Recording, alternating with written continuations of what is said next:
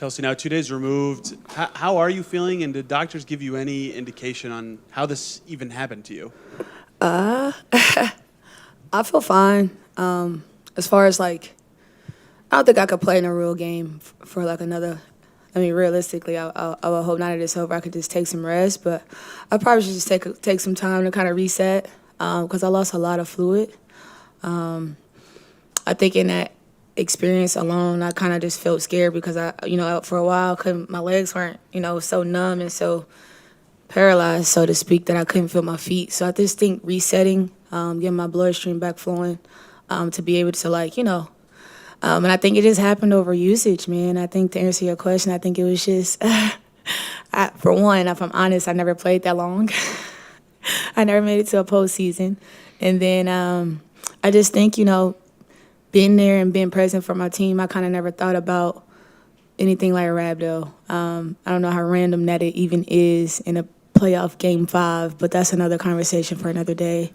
But I felt really grateful that at the time I panicked, but when it was all said and done, I was grateful that it wasn't, I could have been Sid, I could have been Ari, so I was grateful too. But to answer your question, I just think a little time, a little reset button. I think we all could use that, and then just kind of make sure that my body is in the flow state it needs to be to kind of be, competitive and at an elite level. You to just touch on this a little bit, but your interpretation of the why is that it was so deep into the season. Was it volume of workouts? Where exactly do you feel like it might have come from? I don't know. I don't blame Steph for all that practicing. But no, I just think that, you're a professional. You do what you have to do. You commit to the work. There's no, complaining about it. I think it's just kind of like happened that way. And I think that for me, it was also a learning lesson to figure out where my body needs to be at a playoff level and to maintain what needs to be maintained. And so I thought that was a learning area for myself and, maturing in certain areas as far as knowing what my body needs specifically and what it doesn't. Alexa and Chloe. Well, so glad to see that you're okay. Yeah, thank you. Me too. Yeah. Based off, your conversations initially with doctors, is there anything like moving forward, longer term, that you have to just be careful about, or keep in mind, do to make sure something like that doesn't happen again? No. I think that was like when I got done with the Vegas doctors and our doctors. That was like that's a once in a lifetime thing. Nobody thought Rhabdo Game 5 or anything like that. So for me, it was just about. Going forward, like I said, knowing what my body needs, but I think specifically just making sure that, any athlete, competitively, if you want to be at the top of your game, you kind of got to just keep pouring in. And so I wouldn't have changed anything for me, if I'm honest. I wouldn't have changed anything that I've done, any practice, any workout that I've done prior to, because it was worth it. I guess I played literally till my wheels fell off, like I told you guys. So, like I said, I'm just going to keep learning the body part of it, but I would have traded in at all. It was a once in a lifetime experience, and I trade my body in every time. Chloe? Oh, sorry. Quick follow-up, sorry. Okay. I'm sure it was obviously you were dealing with the Yeah. so scary to try and figure out what's going on, and then you can't be there with your team to Yeah. finish out the game. From that standpoint, how did you kind of process that? And then when you eventually could rejoin the team, what was that moment like too? Oh, just a lot of crying, a lot of emotions when we got reconnected, all of us. We did all of our pictures, stuff like that. So that was like, when you got a chance to get back with your group, the group of people that you kind of did, life with for the last 5 or 6 months. It's kind of been, I want to be back with my family, and they made me feel loved, and I hope that, they know that I love them because, without them, I don't even think I would have got through it because when I was on the floor, I was emotional. I think back to Aaliyah Boston kind of praying over me. I think back to Lexi Hall holding my hand.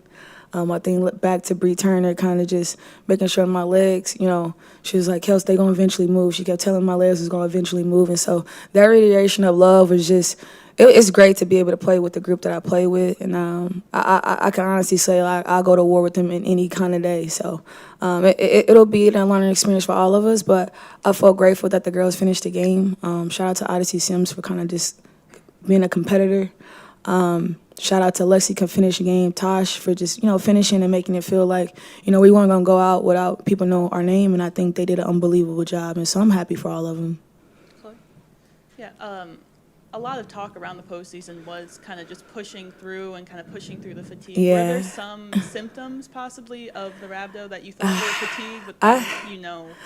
back to it, and I can honestly say that, at the time, it was that time of the month as a woman, and so I thought like it was just cramps for a while, and then I felt like my stomach dropped to my legs a little bit, and you guys got to think I had just hit a 3, and so I didn't even, I'm like, all right, I'm just, and then, obviously you guys saw the video, I just like my body locked, like I just couldn't move, I couldn't like, and when I fell on Isaac, I felt so bad for him because I was like, maybe he don't even know what's happening. But it was an unbelievable experience. But I think that I think back to it. I think a little fatigue already settled in based on our travel, based on playing Game 4, leaving the next day to Game 5, and so I took the proper, treatment. I did everything that I would normally do. I just think, life happens.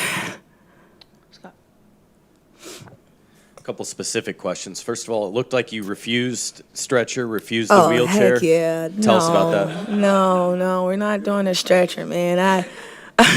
On the funny side, I was like, walking out here on a stretcher is just not going to happen. Not doing that.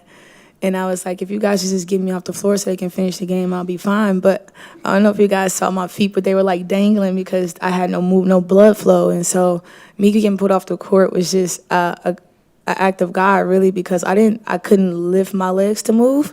So the stretcher thing was just, eventually I was like, just get me off the floor. And so I was carried off. I was going to use the stretcher because I didn't deem it fitting. Like I wasn't about to walk out, like he was going to see me leave, on my own. And so I think that was just making an impact on myself to say like, no, you're going to get up and you're going to figure it out, without this stretcher. So it was just really that.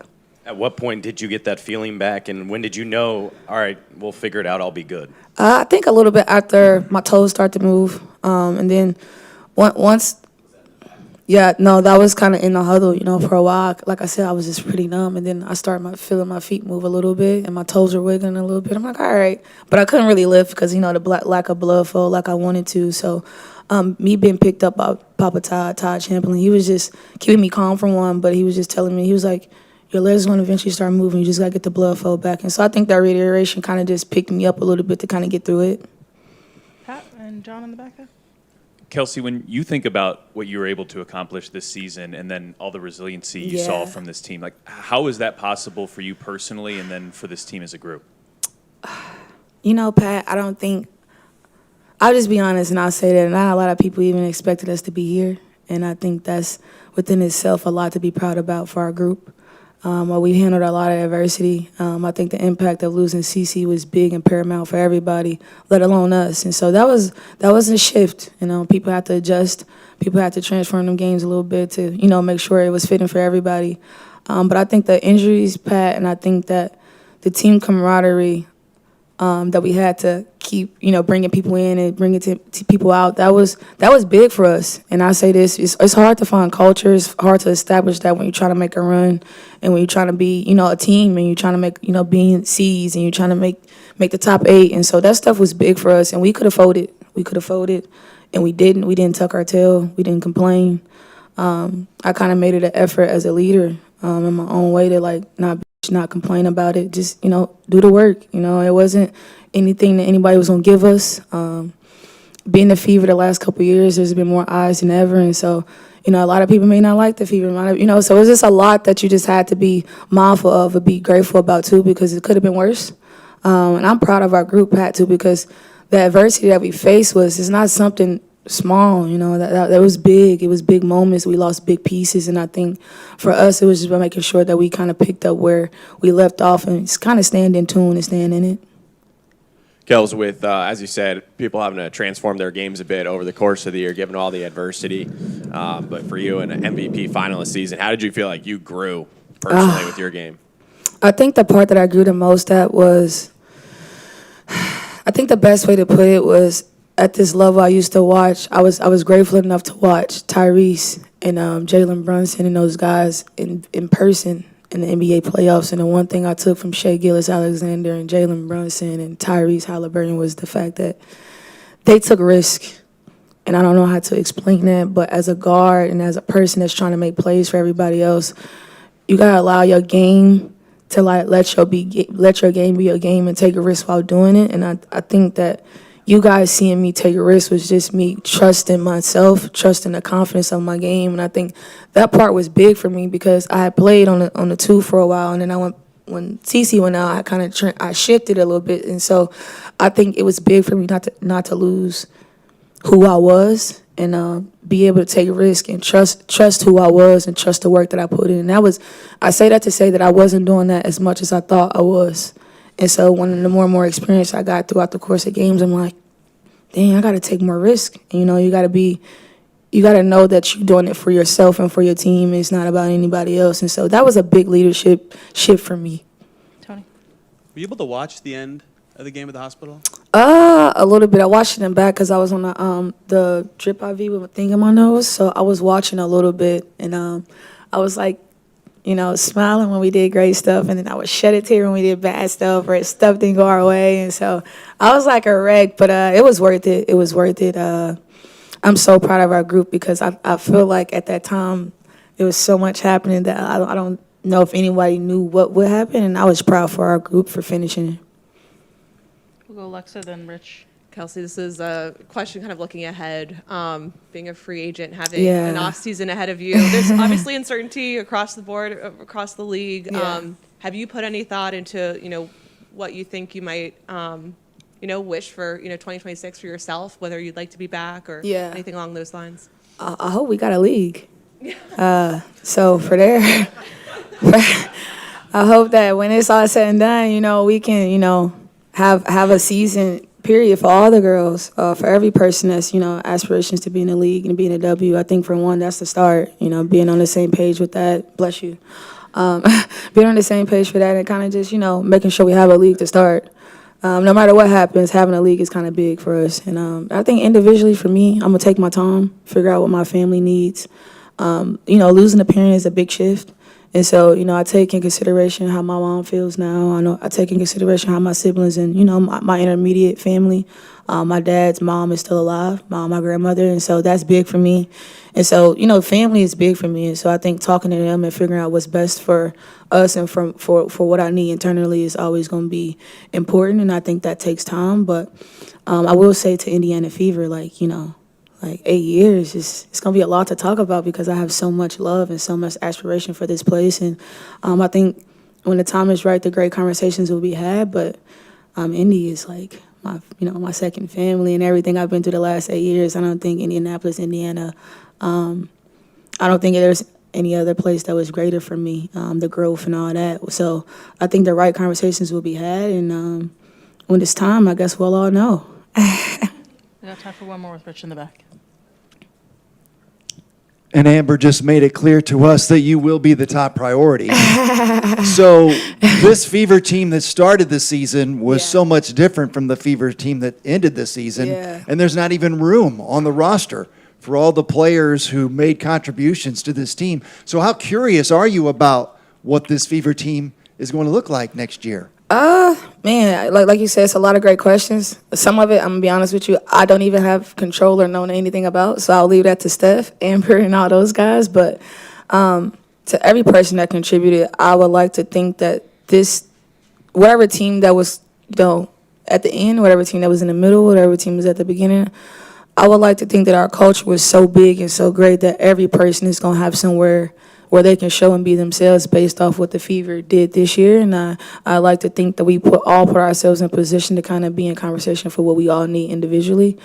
So to every lady, I think that was a part of our group this year, I think great things will happen for us. I think a lot of it's going to fall on, the league itself, the expansion. It's a lot of uncontrollable variables that we have to take in consideration here. And so I'm going to say that, I think that the Fever is going to do the best for the Fever, and I think that they're going to put the best pieces in the room for us. So, hats off to the organization for hopefully figuring it out.